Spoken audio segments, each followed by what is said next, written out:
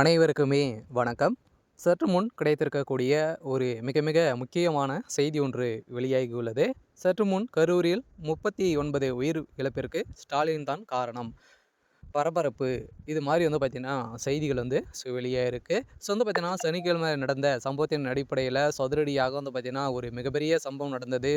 விஜய் அவர்கள் பரப்புரை பிரச்சாரத்தில் ஈடுபட்டு இருந்த நிலையில் அதிரடியாக பார்த்தீங்கன்னா கூட்ட நெரிசலின் காரணமாக பார்த்தீங்கன்னா இது வரைக்குமே 39 பேர் உயிரிழந்திருக்காங்க. அதில் பார்த்தீங்கன்னா பிஞ்சு குழந்தைகளெல்லாம் பார்த்தீங்கன்னா ஒரு 10 பேர் மேற்பட்டு பார்த்தீங்கன்னா இதில் உயிரிழந்திருக்காங்க. இது ஒரு மிகப்பெரிய துயரமாக இருக்குது. விஜய் அவர்களுக்கு பின்னாடி கூட இருந்தாலுமே இப்போ அதிரடியாக கரூரில் நடந்த சம்பவத்தின் அடிப்படையில் தான் இது ஒரு மிகப்பெரிய கூட்டு சதியை செஞ்சுருக்காங்க அப்படின்றத இப்போ பார்த்தீங்கன்னா ரகசிய கேமரான் மூலமாக பார்த்தீங்கன்னா இப்போ வெளியாகிருக்கு. பார்த்தீங்கன்னா ஆம்புலன்ஸ் பார்த்தீங்கன்னா ஏற்கனவே விஜய் அவர்கள் பேச ஆரம்பித்ததுமே 2, 3 ஆம்புலன்ஸ்கள் பார்த்தீங்கன்னா உள்ளே விட்டு அதை தடுக்கும் விதத்தெல்லாம் பார்த்தீங்கன்னா செந்தில் பாலாஜி அவர்கள் செஞ்சுருந்தார். அதே மாதிரி திமுகவுடைய தலைமையகம் சொன்னது செந்தில் பாலாஜி அவர்கள் செய்ததும் இரண்டுமே ஆடியோ லீக் பார்த்தீங்கன்னா வெளியே இருக்குது. இந்த ஆடியோ லீக்கின் அடிப்படையில் இப்போ அதிரடியாக இதற்கு முக்கிய காரணம் தூண்டுதலின் காரணமாக பார்த்தீங்கன்னா செந்தில் பாலாஜி ஒரு மிகப்பெரிய ஒரு திருடன் அப்படின்ற மாதிரி பார்த்தீங்கன்னா இப்போ மக்கள் பேசியிருக்காங்க. இருந்தாலுமே மக்கள்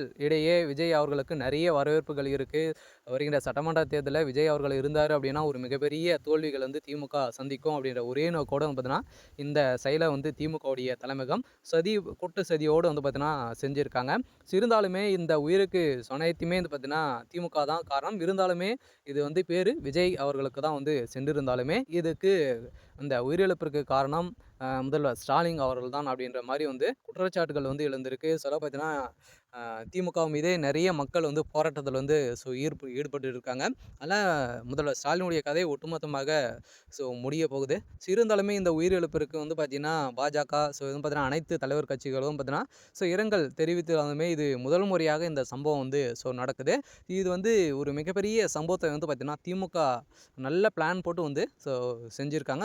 பார்த்தீங்கன்னா இது அனைத்துக்குமே பார்த்தீங்கன்னா நல்ல பெரிய இடத்தை கொடுக்காம திமுக நிறைய கண்டிஷன்களை போட்டு இது மாதிரி செய்யக்கூடிய செய்தனால்தான் பார்த்தீங்கன்னா இது மாதிரி அசம்பாவிதம் நடந்திருக்கு அப்படின்றத குற்றச்சாட்டு மீது பார்த்தீங்கன்னா திமுக மீதே சாட்டியிருக்காங்க. இருந்தாலுமே நீதிமன்றம் என்ன தீர்ப்பு வழங்க போகிறாங்க அப்படின்றத பார்த்தீங்கன்னா ஒரு மிகப்பெரிய கேள்விக்குறியாகவே இருக்குது.